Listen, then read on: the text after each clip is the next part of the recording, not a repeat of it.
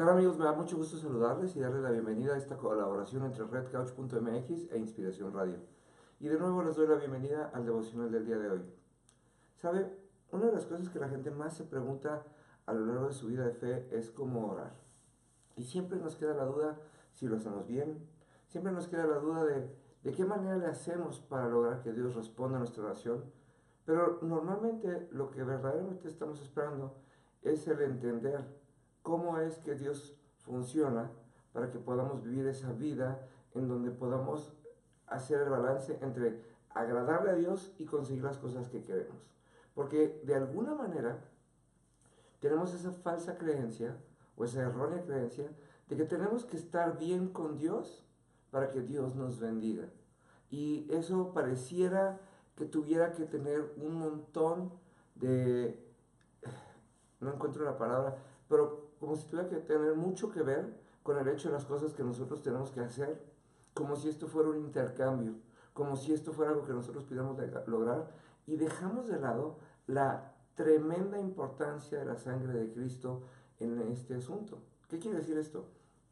Quiere decir que dejamos de lado el hecho de entender que Dios ya todo lo hizo, que Él ya lo cumplió todo, y que todo lo que nosotros tenemos que hacer es conocerlo y permitir que lo que Él ya hizo tenga efecto en nosotros. Por eso es que no entendemos cómo orar adecuadamente, porque no encontramos en dónde está nuestra participación. Pero tenemos que entender que la Biblia dice que Dios pone en nosotros aún el querer como el hacer. Quiere decir que todo lo que nosotros tenemos que permitirle a Dios es que Él sea y que Él haga en nosotros. Y que cuando entendamos eso, Él va a empezar a actuar de una manera sutil, amable, amorosa, en la que va a empezar por cambiar nuestra manera de pensar y luego va a cambiar nuestra manera de actuar a causa de que nuestros pensamientos cambiaron. Pero no es que tengamos que dejar de hacer las cosas que nos agradan, ni tampoco que nos volvamos personas religiosas de la noche a la mañana. Porque acuérdense que no es un asunto de agradarles a los demás tampoco. Es un asunto de estar alineados al propósito de Dios y de retomar nuestra naturaleza a la imagen y semejanza del Dios vivo. Esto quiere decir que Dios envió a un consolador, dice la Biblia. Otra versión dice a un abogado. Pero no es un abogado que nos defienda, sino es un abogado que nos explique. Se lo voy a explicar de otra manera. Yo en mi trabajo tengo un abogado. Y este abogado es uno de los directores de la empresa. Y este abogado lo único que hace es que cada vez que yo recibo un papel o que cada vez que yo recibo o que cada vez que voy a hacer una transacción, él valida que lo que yo vaya a firmar como parte de mi trabajo le convenga a la empresa o esté alineado a los intereses de la empresa. De esa misma manera, Dios nos dio a un abogado, ¿sí?, que es el que nos ayuda a entender si lo que estamos haciendo o lo que estamos permitiendo entrar a nuestro corazón tiene validez para nosotros o no la tiene. Porque piense esto, así como tenemos un abogado, tenemos un acusador. El diablo es nuestro acusador.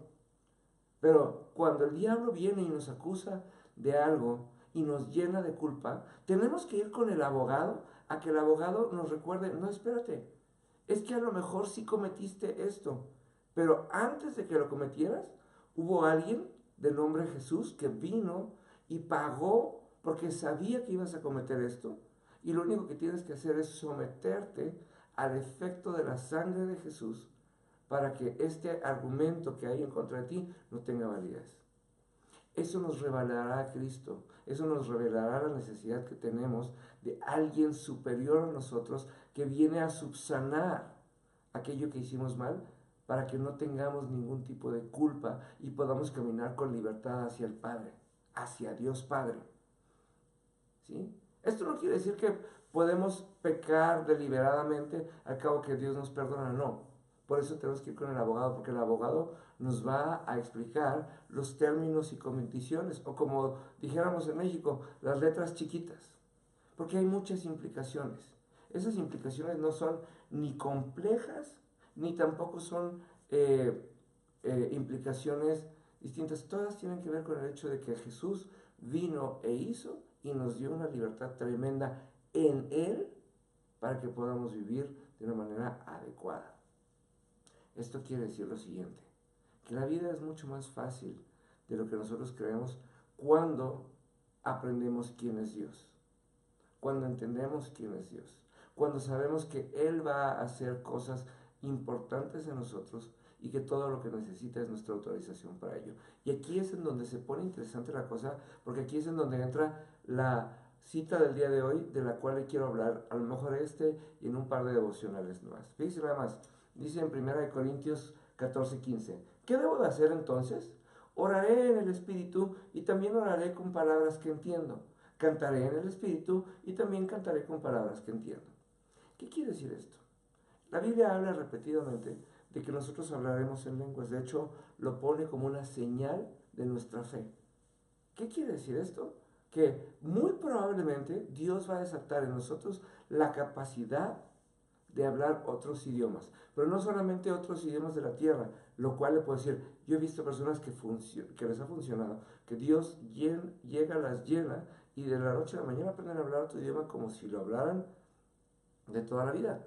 Y está documentado en el libro de Hechos, en el capítulo 2, si no me equivoco, donde en el día de Pentecostés estaban todas estas personas reunidas, llega el Espíritu, o sea, el Espíritu Santo, llena a estas personas y de repente empiezan a hablar el Evangelio en lenguas que nunca habían hablado y de repente todas las personas alrededor quedan conmocionadas porque los que eran de Persia les hablan en persa y los que eran de todas partes les hablan en su idioma local. Dios les dio lenguas nuevas para que hablaran en ese idioma.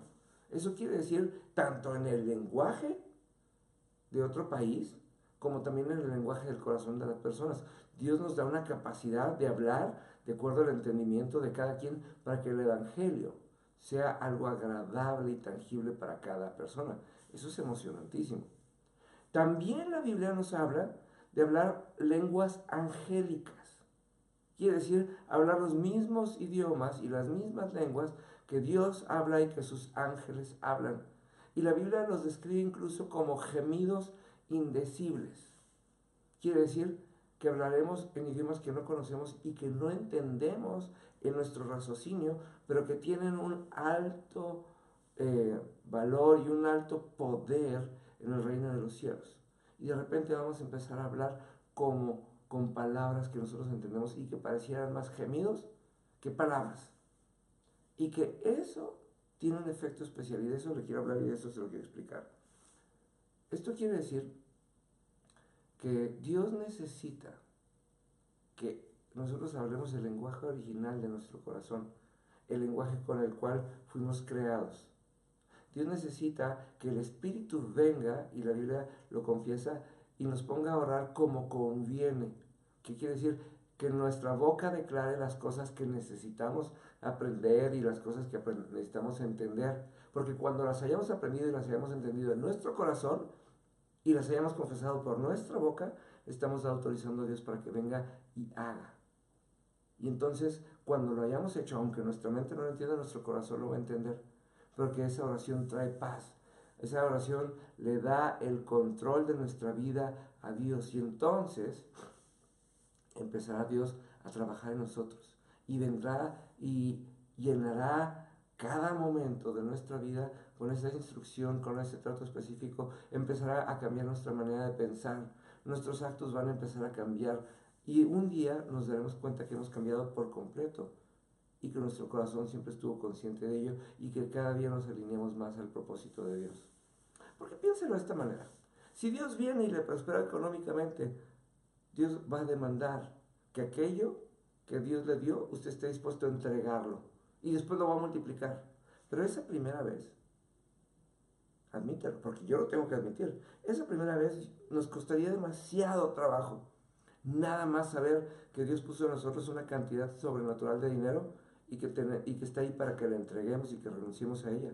Aunque la promesa diga que tenemos que darlo para que Dios lo multiplique, nos da miedo pensar que no suceda así y nos aferramos a ello. Por eso Dios primero, por medio de las lenguas y por medio de la oración en el Espíritu, Dios nos enseña a confesar que estamos dispuestos a renunciar a lo que todavía no vemos, pero que sabremos que tenemos, que tendremos. Y entonces Dios va a propiciar el ambiente en nuestro corazón para que seamos cada vez más desapegados de esas cosas y ponga en nosotros ese fluir económico con el cual podamos nosotros verdaderamente dar, desatar y bendecir. ¿Cómo lo ve? Orar en el Espíritu quiere decir que aprenderemos a orar las cosas que no entendemos de acuerdo a la tierra, pero que no son naturales de acuerdo al reino de los cielos. Y cuando hagamos de esa manera, nuestra vida será transformada porque regresaremos a esa condición original, a la imagen y semejanza de Dios. Yo le quiero bendecir el día de hoy, quiero declarar que la oración en el Espíritu será algo tan frecuente y tan común en usted que le será inevitable. Que Dios lo usará de una manera asombrosa y que su corazón empezará a hablar más que su boca. También le quiero invitar a que visite las redes sociales de Inspiración Radio y de redcouch.mx y a que comparta este video con las personas que usted conoce porque estoy seguro que mucha gente necesita esta palabra para desatar el poder de Dios en ellos. Por favor, nos vemos en la siguiente y por favor bendiga a las personas alrededor de usted. Hasta luego.